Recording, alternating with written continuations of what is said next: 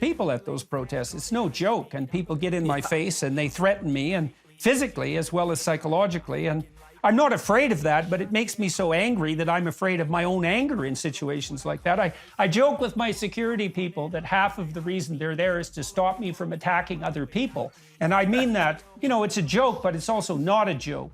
Anyways, I figured out very early that if I had a meeting at a university at 8 o'clock in the morning, I'd never have a protester in sight.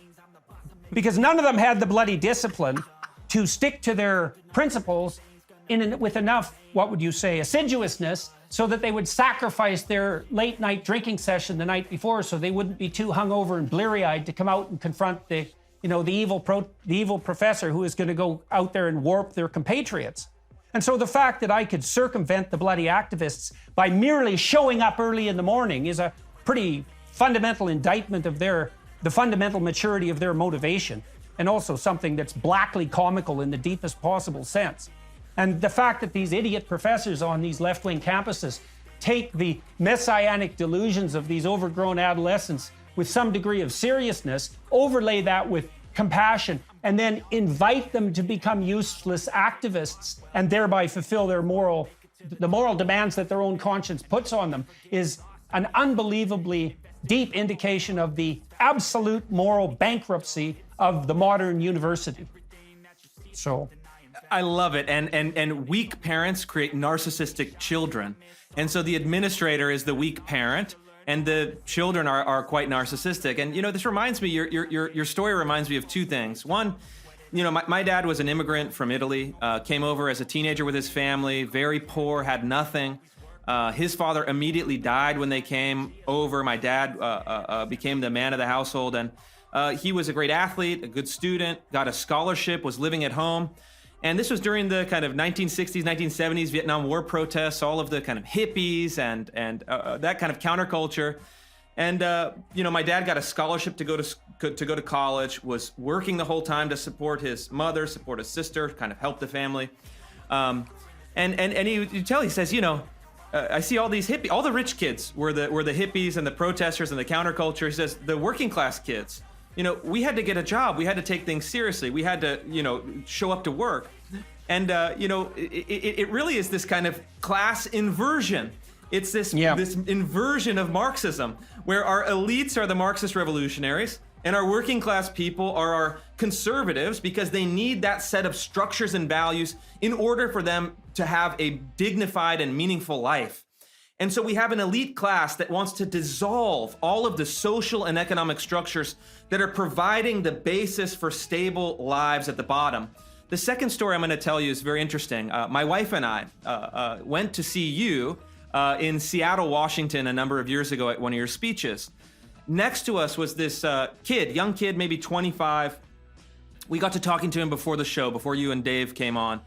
And he said, I drove, an hour and a half. I drove from the kind of more rural area here in Washington State. And, my life was a mess a few years ago. I was doing drugs. I was not showing up to work. I was waking up late. I was, just couldn't quite get things together. I was anxious all the time.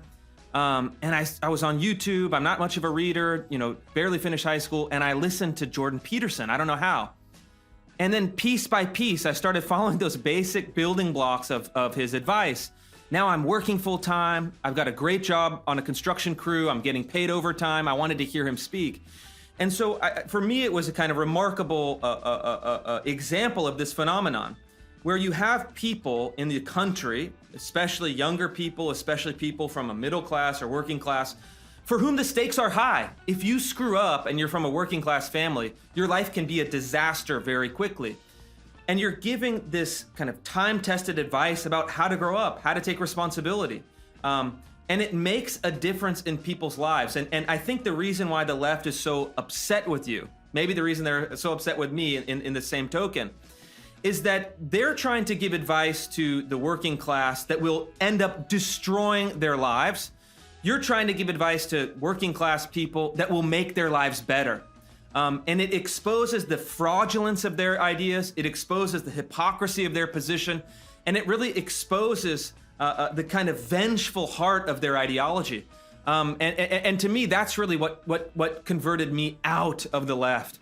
I can't spend any more time with these phony people with these people who are the sons and daughters of immense privilege that are playing revolutionary, trying to impose a set of ideas that I know out of my own observation in all the countries around the world, as well as spending significant time in the poorest places in the United States, lead to nothing but disaster. Well, don't forget death. It's not just disaster. It's torture and death, right? Wide-scale economic failure, utter catastrophe. Okay, so let's do this. Let's first of all throw out a compassionate rope to the narcissistic, messianic young people who are entranced by the universities. Because one of the things that I have learned as a university professor is if you take people who have some vengeful motivation and some resentment, let's say to their parents and to broader society, and you say, well, look, things are corrupted by power and you're going to feel oppressed, and that's the constant lot of mankind since the beginning of day one, because history is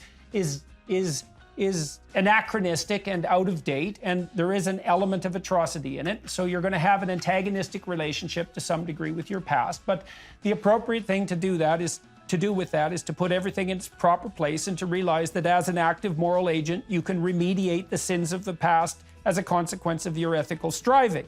And if you introduce young people to that idea and show them a pathway forward that doesn't allow them to merely mask their new and hard-won cynicism, they're no longer naive. They can see that the world has some problems, and that can easily send them into a tailspin. You say, yeah, the problems are there, but they don't constitute the core central spirit, let's say, of mankind, the desire to dominate. Then you can set them on a more appropriate path. And so these narcissistic young people bear some of the responsibility for their idiot revolutionary presumptions, but the fools and mountebanks and revengeful dimwits who educate them bear at least as much responsibility, who miseducate them, who anti-educate them, who make them stupider and worse than they would have been had they not attended the institution at all, as well as picking $160,000 out of the pockets of their future earnings for the privilege of doing so, even while they didn't attend university, say, during the COVID period, as we might point out. And so, having said that, and putting the responsibility on the educators, especially the faculties of education, which are damned right to their core, I would also like to take some issue with this notion that power is the fundamental motivation that governs social interaction. So I want to just mention 3 facts and then we can discuss them. So first of all, there are a percentage of people who use power as their fundamental ethos in the governance of their social relations. And so psychopaths